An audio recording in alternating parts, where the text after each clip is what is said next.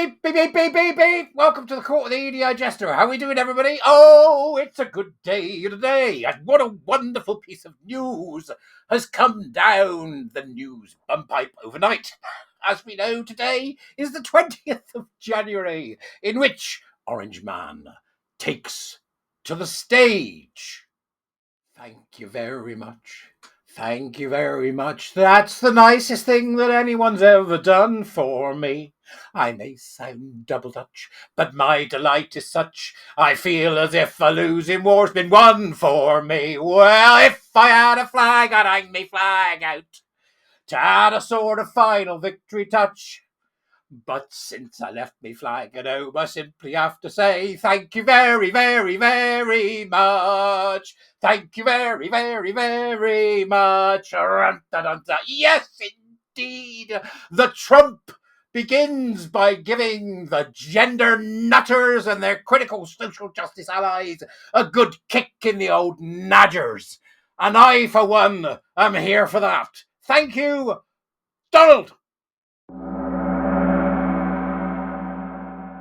Now, in all seriousness, let's take a look and see what he's up to. Okay, right, so here we go, exclusive from the fp.com.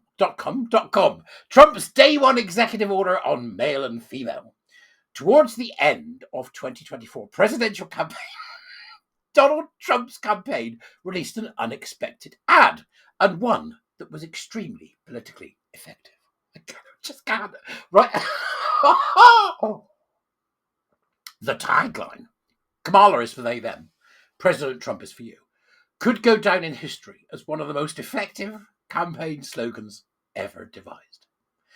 The ad reinforced a promise Trump repeated at rally after rally as he toured the swing states. If returned to office, he would immediately take on the gender ideology the Biden administration had embraced.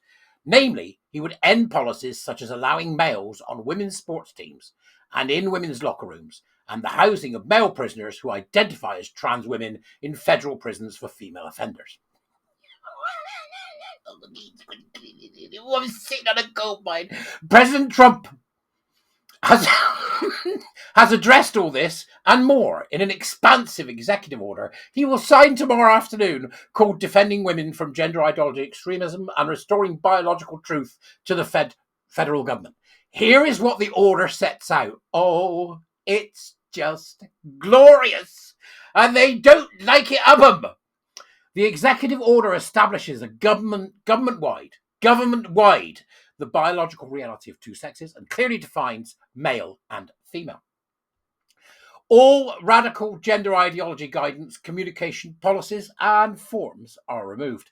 Agencies will cease pretending that men can be women and women can be men when enforcing laws that protect against sex discrimination. Woman means an adult, human, female. Yes!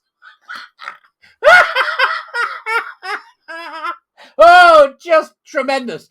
The executive order directs that government identification like passports and personnel records will reflect biological reality and not self-assessed gender identity. Oh, it's just utterly glorious.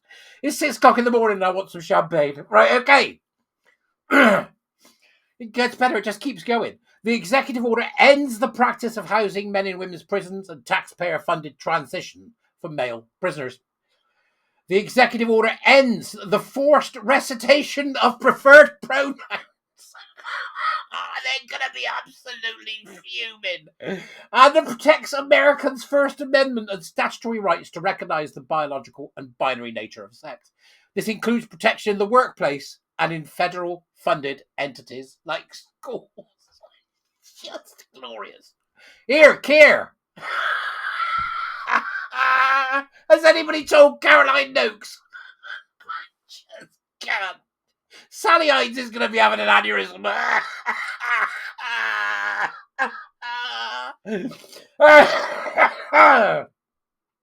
Asked why Trump is making sex-based policy a day one priority of his administration, an incoming senior administration official said, this really was a defining issue of the campaign. The president is going to be fulfilling the promises he made on the trail. The executive order puts it more bluntly. Radical gender ideology has devastated biological truth and women's safety, and opportunity. It is becoming something of a presidential tradition to begin a term with sweeping directives regarding gender identity. President Biden, on his first day in office, demanded the federal government review all existing orders, regulations, guidance documents, policies, programs, or other agency actions that would impinge on transgender rights. Language and rules about transgender identities became embedded in the vast federal bureaucracy. Now, Trump has ordered a reversal of all this. This is what we need, right? This is what we need. This is what we need in the UK. Somebody needs to give Starmer a good kick in the backside and say, get it done. Get these bloody people out of the public square.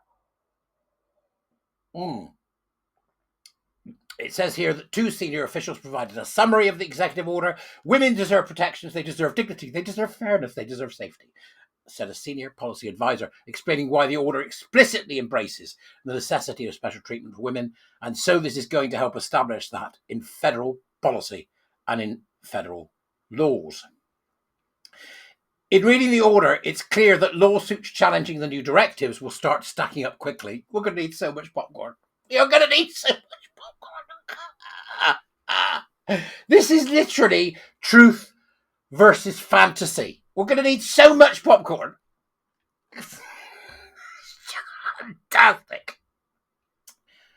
All radical gender ideology, guidance, communication policies and forms are removed. This is far from mere symbolism. United States passport, which since 2022 have allowed citizens to choose X as their gender, will revert to offering exclusively male and female options, with the proviso that what people select must reflect biological reality and not self-assess gendered identity. Brilliant. Pronouns are gone.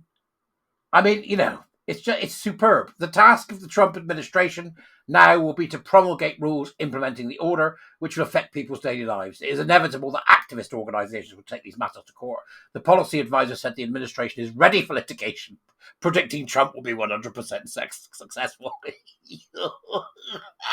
It's on, right? America.